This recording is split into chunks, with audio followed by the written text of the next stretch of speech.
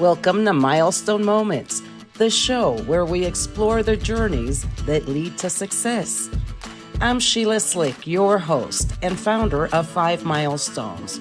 In every episode, we will bring you insights from the minds of entrepreneurs, leaders, and experts who will share not just their expertise, but the milestone moments that have reshaped their journeys and led to significant achievements.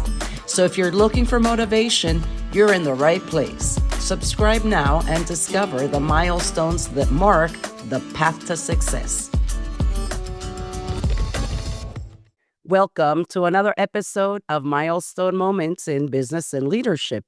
I'm your host, Sheila Slick, and today I have a special guest. Hi, I'm Brent Lindstrom, Like-Minded Arts. After decades as a general contractor, Brent put together a 10-year plan that helped him reposition himself into the uncertain artistic world of becoming an independent writer and filmmaker. With a strong background in finance, he was able to use those 10 years to go from earning $45,000 a year to learning how to become a master storyteller and become financially stable to focus entirely on his writing and filmmaking career. Tell me about that pivotal moment that led you to realize that you wanted to trade blueprints for storyboards, Brent. All right, so I don't know if this is how other people's stories go, but when I was younger, I wanted to make movies, but my dreams were kind of squashed because I was told that that is not something that our family does. We don't have those kind of connections. As I got older and I was in the construction field, I felt like I wasn't making enough money for my family, so I wanted a side job.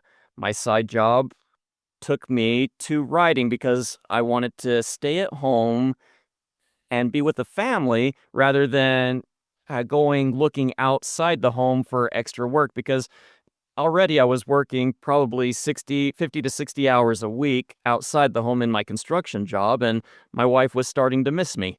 So I wanted to do something I could be close to her with. And writing felt like, hey, this is the place to go because self-publishing is becoming a thing, and why not give it a try? I could maybe make some extra money. It didn't work out quite as I had planned, so I kept at it, but the more I did it, the more I realized that I really still love this storytelling gig. I got really addicted to it, and I want to do this full time in the future. And so that's when I decided, you know what, I'm going to find a way to leave the construction field and move into storytelling. And that's kind of where it all started. Well, I share your passion for storytelling. When I began this very same podcast, it was to share other people's stories because hearing other people's stories have actually led me to take action and perhaps take a new direction at one point in my life. So I can't wait to hear about how you build stories. So, what were some of the lessons learned for anyone out there that's listening that perhaps is stuck in a $45,000 a year job where they don't feel that they are at their potential or they want something more? What would you tell them? So when I was there, I had also just gotten out of college. I actually went to school, got a finance degree and my MBA, and and the artistic side to the side, just if you're trying to get out of a job or improve your situation from a job that maybe you don't feel like you're making enough money in, I think that learning a good financial backing is important. So for me, I had the book knowledge and things from school, but I still needed to find a practical way to elevate my income. The self-book publishing at that time was not making me any money at all. In fact, it was costing me money because I still had to hire editors. I had to hire book cover designers. It still took time and effort to do these things. And then there was the marketing on top of that. And those first few books weren't all that good because your first few books, you're still learning the craft. But I think for anybody who wants to improve their situation, it's important to understand money, to understand finance. Because I was making, like I said, 45,000 a year, but I had this goal. I wanted to be a millionaire by the time I was 25. It, and at $45,000 a year, that's not going to happen. There's just, especially if you're married, you're starting a family, there's just too many expenses that come in there. And so learning about money, learning about how to make more of it, learning how to invest it, and still on top of that, saving it so that you can invest it and do that practically because and there's really no get rich quick scheme out there that if you're thinking there is, it's probably a lie and it's probably going to rob you somehow. So just getting that financial backing, I think, is incredibly important, and that's one of the things that I try to help my personal audience with is because I've had people come and ask me for mentorship things. You know, they're like, "Hey, how did you make it work for you? Can we learn a little bit from you so we can do this on our end also?" And so that's when I started my YouTube and podcast things just to help people along that journey also. You kind of just blew my mind when you used the words finance and MBA to storytelling and creative because in my mind, right, like you're either a numbers person or a creative writer. So that's a very fascinating intersection. Have any of your books been about finance? Um, no, not necessarily. I mean, most of my books, I do keep a realistic approach as to how money works in there. So I've got one book that I've just finished, which is going to be coming out in the spring. It's part of a new series, kind of a fantasy noir, but in that one, the whole money system is completely different. So while it doesn't follow the standard financial things of our day. It follows kind of a fantasy version of that, but I still like to keep in mind the rules of money, how money works. So you get this realistic feel that this world is actually lived in. So yeah, the money, the financial end of it, I haven't written any books that just deal specifically with finance because I mean I'm a fiction writer, but money is part of our everyday lives. It's hard to completely separate that out. So as long as you're not being too unrealistic about how money works in your books, I think it's, you know, I guess it helps to know how it works, but it's not terribly important for the story itself. So you're a fiction writer. So Mhm. that's why perhaps you're not writing Finance 101 how-to books, right? In the nonfiction world. So what are the key elements in a fiction novel? I've never written one, but if I wanted to write one, what does that story line or that blueprint look like? Oh boy, so it really depends because story, especially fiction stories, fall into different categories. They call them genres, and every genre has its own format. And so a mystery would have a certain format, certain beats that you should really be hitting, while a sci fi novel would have a completely different set of beats that you're trying to hit. And so most of these you can probably categorize into a type of a three-act structure, and you can learn about that. There's so many references to what a three-act structure is and how to follow that, but the actual beats that go into this are different from genre to genre. There's a book out there called The Hero's Journey. That's that focuses on one particular genre of fiction, and you can see that kind of a story in probably 75 to 80% of movies out there. It's kind of this guy going on a journey or this girl going on a journey. They don't want to do it at first, but then they make a resolution to go out and do it. Then they have kind of this middle section where it's fun and games, kind of like and they meet obstacle after obstacle till eventually get to this dark night of the soul, and then they get this climax resolved. But but that's one type of story in the fiction realm. Whereas if you go to maybe say a sci-fi novel, you're trying to tell a story that is explaining more like a state of being, like a government society. Like this is imagining what our world would be like, and so it's a lot more imaginative. It's a lot more of a social statement, as it were. And so, yeah, it depends on the genre, but it's helpful to study genre if you're gonna be moving into that kind of a fiction, basically. I mean, romance is going to be completely different from both of those. So So the first step is to define the genre and then find the structure within it. So the hero's journey, I think that's what Disney builds a lot of their stories in. And I've also heard that concept in marketing, right? Where you're putting the character through a series of actual steps. So at the end, the audience, right, can connect with them and say, I've been in that position and something has to happen to create that tension so that at the end they rise up like the hero. exactly, because we're all on a journey, and it's really easy for people to relate to a journey styled story. They can put themselves in that situation. And so that's why that is one of the most popular styles of genre out there. So yeah, you're absolutely right. And it's great for origin stories if you're telling a memoir story, how you built this business or whatever. The hero's journey is a really good template for that because you can start out with, yes, I was a poor guy making $45,000 a year, living in a ghetto and trying to raise a family. And then I fell in love with books. So then I made my books I mean, you can kind of see this as my story, and then and so I worked really hard for 10 years to try to get my books, my skill in writing books good and try to get myself in a financial position. And then finally I made the leap and now I have this career kind of a thing. So yeah, the hero's journey is really great for fiction and nonfiction also, yeah.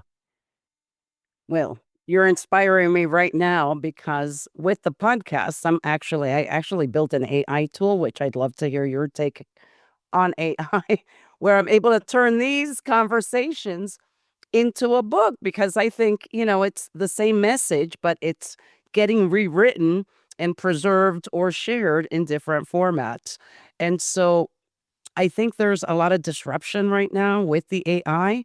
I'm okay if you're like, oh, no, I'm totally against AI. But I also think, at what point does someone understand that technology is only going to continue evolving, right? And we have all this AI out there. I don't even know, like, if a video was created just by AI, like, I'm doubting myself every time I'm seeing the content.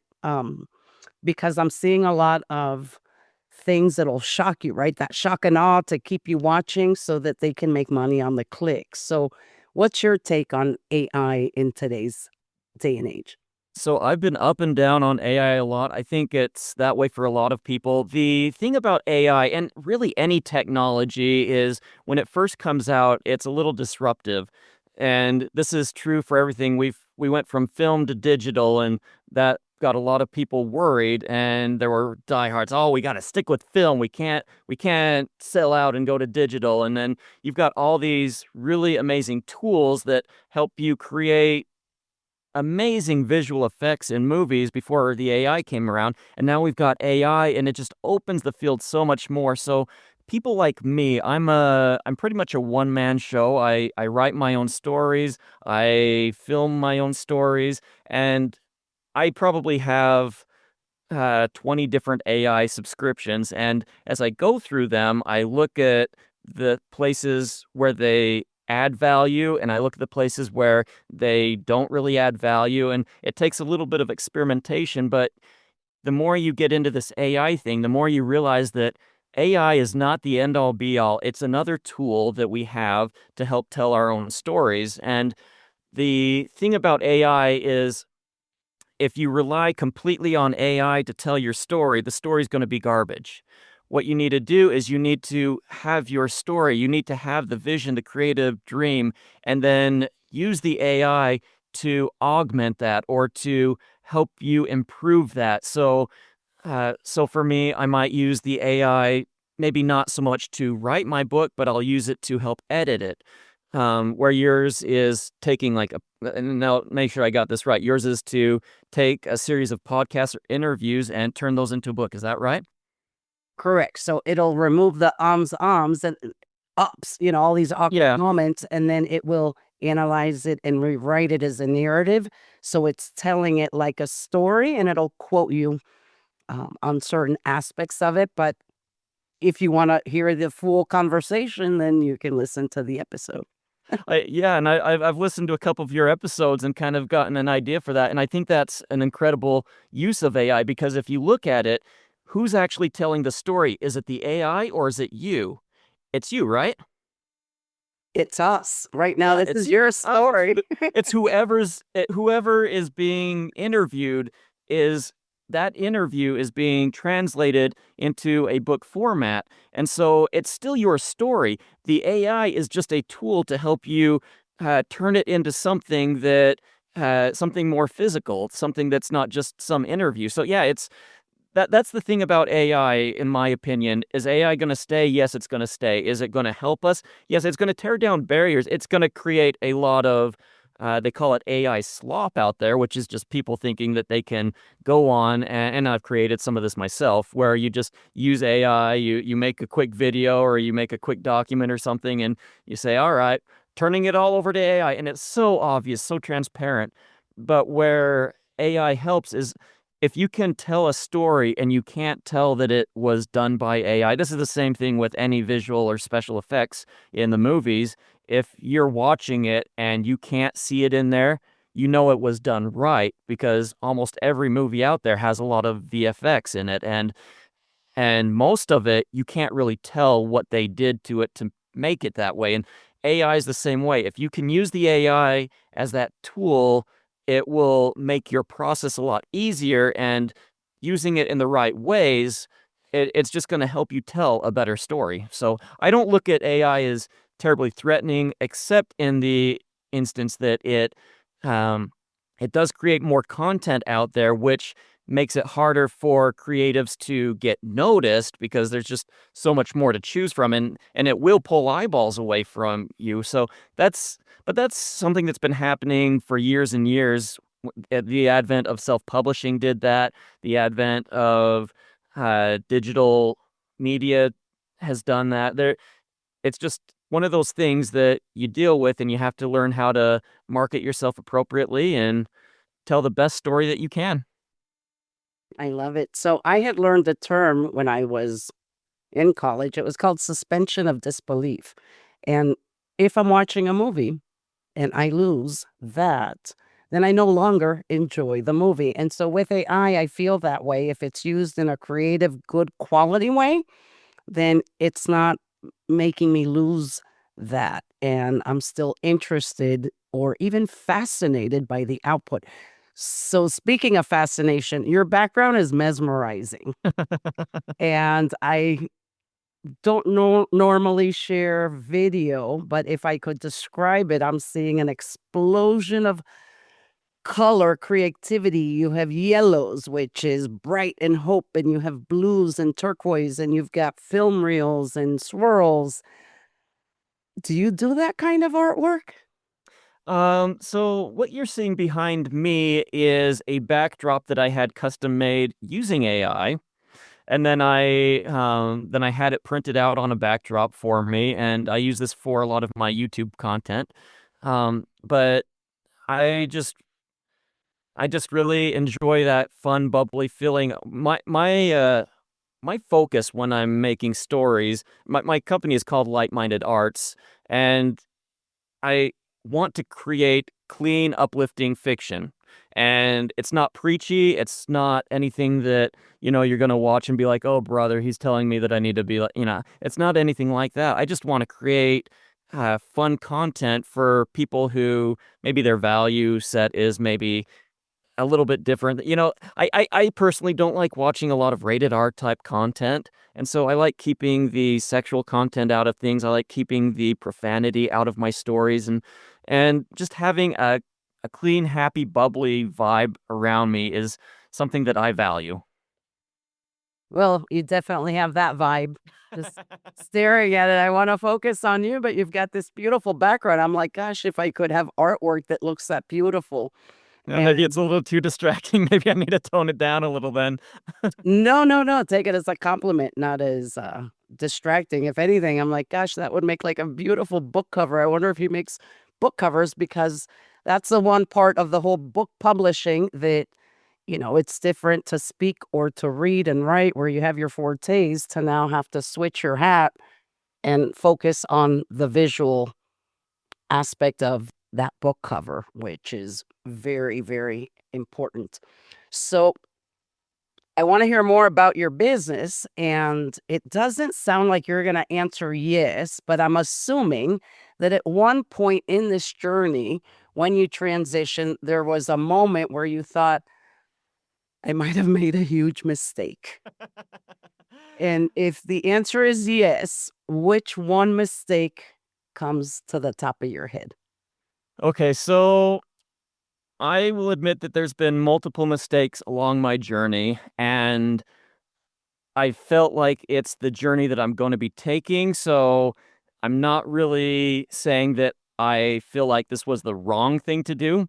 But along the way, there has been moments where I've questioned it, and mostly if I couldn't make the kind of financial foundation that I wanted to make the creative side possible, then that would have been a clear red flag to me that I'm not ready to jump into this because those first few years while you're moving into the creative field is not easy when everybody's stealing the attention from all sorts of areas. It's really hard to get noticed and you may not be profitable for those first few years. So I needed my financial backing to be solid first.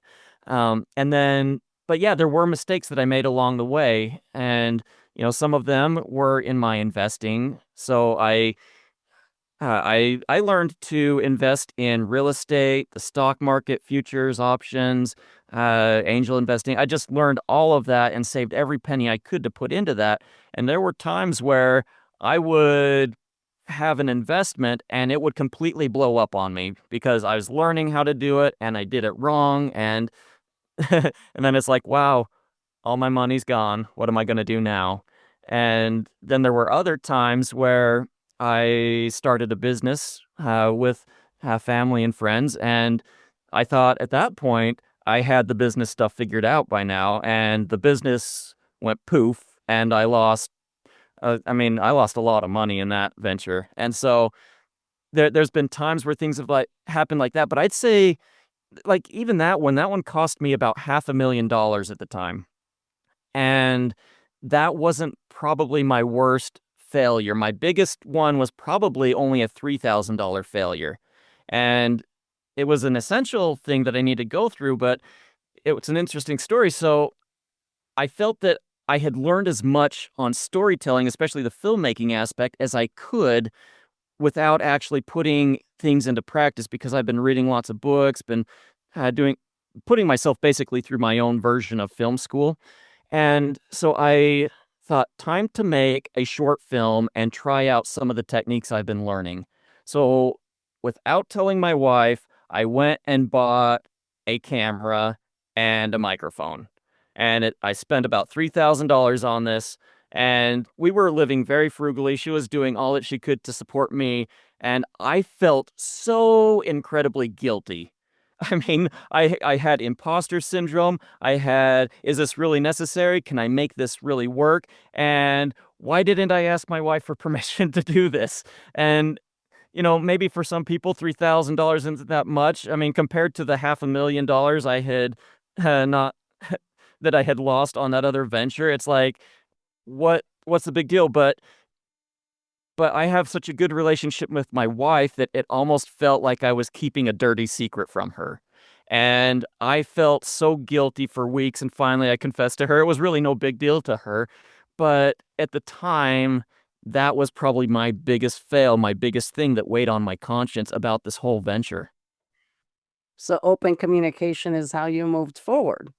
Yeah, it was. And after that, I haven't had to look back. She's always been so supportive of me. But yeah, part of going into a creative field or anything that affects you, especially your financial footing, is going to affect your whole family. And when you're married, you have a partnership, and it's important to keep everything together to, yeah, have that open communication. Because really, if it weren't for my wife, I don't think I'd be able to do what I'm doing today. Hmm, that's beautiful. So let's talk about your business, what you're doing today. Tell me about your movies, your books. All right, so today This has been the year of transition. So I stepped away from my construction job. I still go in maybe once or twice a week, um but for the most part, I focus mostly on writing my books and creating some content to help mentor other people along the way. But I spent a lot of time writing my book. I've also had two surgeries this year, so I've been bedridden a lot. So it's been a great time to focus on writing. And so I spend a lot of time doing that, and I've also picked up a property near where I live where I am building a film studio. And that one's going through the permitting process right now at the cities. And when that's done, I'm going to have about a 9,500 square foot film studio. It's going to be there mostly for my content, but it's also going to be there for other creatives when I'm not using it.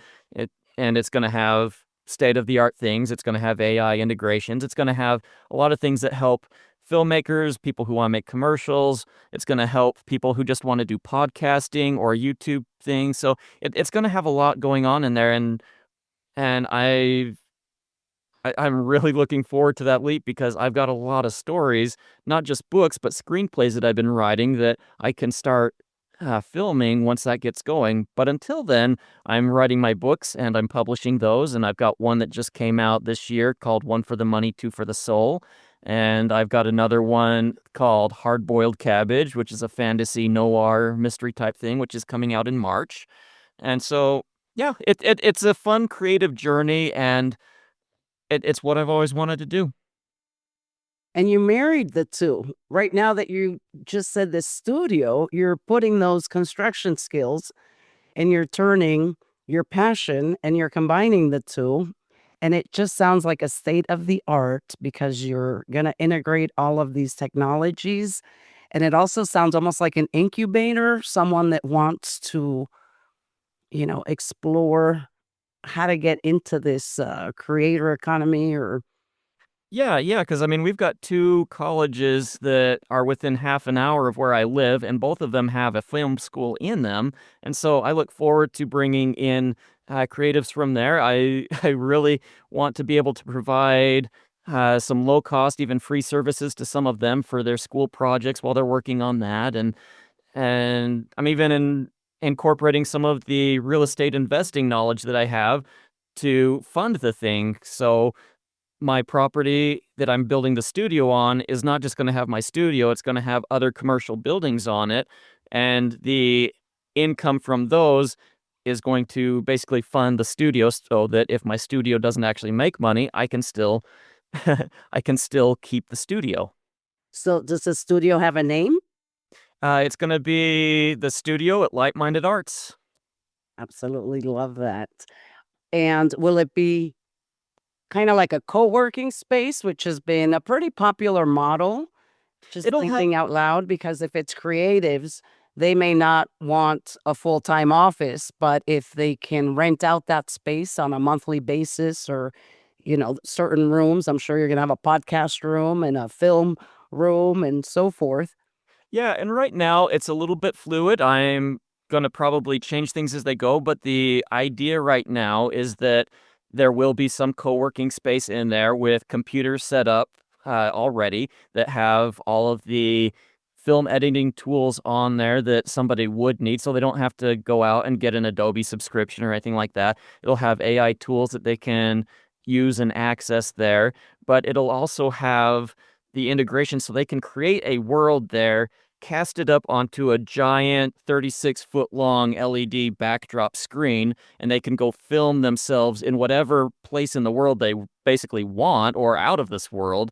And there'll be other ones with, the white backdrops, the green screens, whatever we need there. But yeah, it'll be open for people like that. And I also want to have it be almost a social hub where if a creative or maybe someone making a commercial or film comes and they say, I want to make this film here. Do you know any gaffers? Do you know any grips? Anybody who can help me make this? And I can pull up a list and say, here's some of the people who come here often who would love to work on your project and can, maybe I don't charge them to come do certain things and they don't charge them to do things. Kind of just a big network of people who want to work together to help each other's dreams come true. And when you're first starting out, it's so hard to make a dime that your budgets get really out of control if you're not careful. And so having a place where they can develop some of that experience and knowledge at a low risk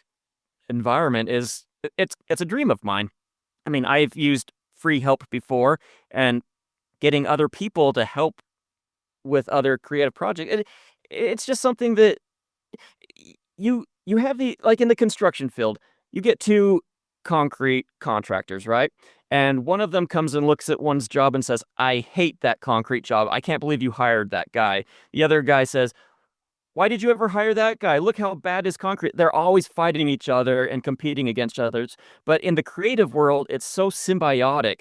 Everybody in the creative world seems to want to be helping each other. Yes, maybe my book is competing with your book for eyeballs, but there's this weird dichotomy where as creatives, if you mention that you're an artist or writer or anything, it seems like everybody wants to help each other. And that's a really fun aspect of the artistic community. So, my last question is, imagine your life is a film, and I'm inspired by all the film behind you and the studio talk. And you can take a second if you don't have it at the top of your head.